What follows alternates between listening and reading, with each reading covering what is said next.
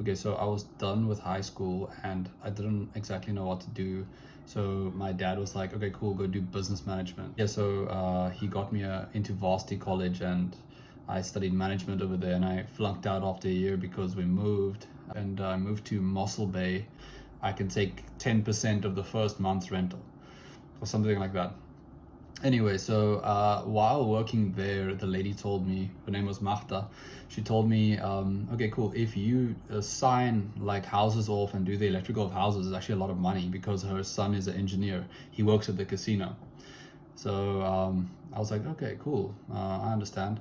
So, but he was an engineer. Like the thing I was going for was just like, like electrician. So they pointed me to South Cape College, and I started doing the end courses there.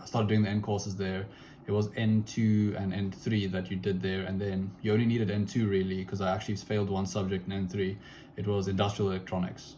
Like an unrelated topic, in between all this, I started like working at a health shop as well. And then the health shop owner basically got me to almost like flunk out of what I was doing in N3 to just keep working there. Basically told me that like it's garbage. Anyway, so the guy from the health shop basically said to me that I should work there full time, and I basically didn't go to the college anymore, but I still kind of passed most of my N3 subjects. Diploma, advanced diploma in HI Dip from School of Natural Health Science. I got a call from the college to say I can go on to the apprenticeship with like literally the only thing I really completed at the time was the partial N3 and then N2.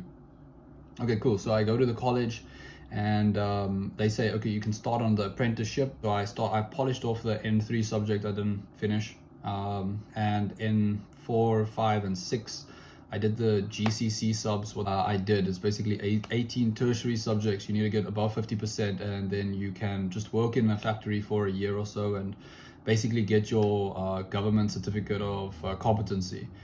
So I was heading in towards that direction, and then basically found out that you can't register at ECSA with N6. You just can't. You can get your GCC and become a what they call the certificated engineer, national end diploma, which is essentially N6 with a trade test.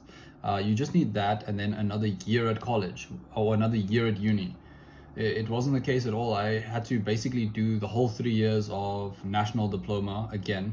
And by the time I needed to register for BTech, because I wanted a degree, I wanted the Bachelor of Technology degree, they made BTech diploma. So I'm like, man, I have so many diplomas. I have like a diploma in nutrition, advanced diploma in nutrition, higher international diploma in nutrition. I have the national end diploma. I have enough diplomas. I just want anything that just says degree at this stage. So then I had to just go like a year longer to do the honors degree, which was way harder than the years before that. That honors degree is mathematics. They call advanced APM 4813.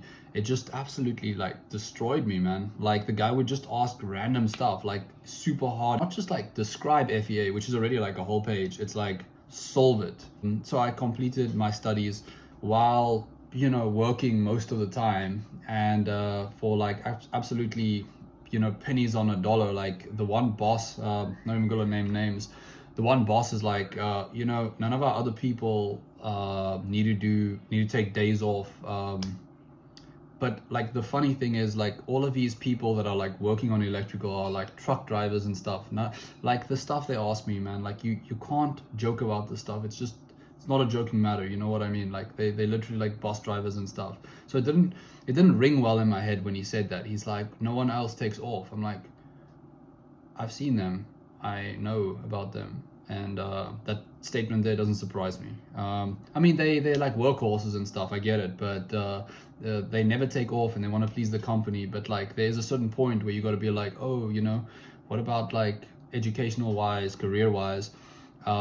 It's gonna go on. I'm gonna stay a tradesman. You guys are gonna sit in the offices sipping hot coffees, while I'm up at 4 o'clock in the morning, busy packing some heavy piece of equipment, ready to go and electrocute myself. And just the treatment of it is just, you get treated a bit like a dog on N6. My dad helped me with the national end diploma, so he did help me a bit with that. But after that, I basically funded all the UNISA stuff personally. I just wanted to be an engineer or to be this. I didn't want to be the guy that got 99%. At a stage I did, I was doing really, really well and stuff like that. So I was like, does really make that much of a difference if my academic record is perfect? So I've always had, my family has never been too much on academics at all. They really don't care. Then I went to honors degree and now I'm actually registering as candidate at ECSA, technologist. So I'm a candidate technologist. You can't become a professional engineer with the route that I followed. You can't become professional engineer with the route that I followed. You can only become professional technologist. Even if you have like a master's degree through UNISA, they don't accept that master's currently at ECSA. So you could be like way smarter than an engineer. It just doesn't matter. You just didn't follow the right Washington Accord. They got the studies qualifications, and it might only be 4 years, and it might not even have been as difficult as your qualification, but they're going to be above you. And this is one of the things I kind of made peace with a while ago. I mean, who gives a hoot? You know what I mean? Because ECSA's qualifications only count, yeah, if I go to Germany, for example, they'll be like restart. I literally got told that I can only restart at like technician level in Germany. Like, no, not even qualified technician level, like underneath that. So that's what all that stuff means to them, including ECSA. Backstory was funny. I hope you guys enjoyed the story, which is true as well. So anyway.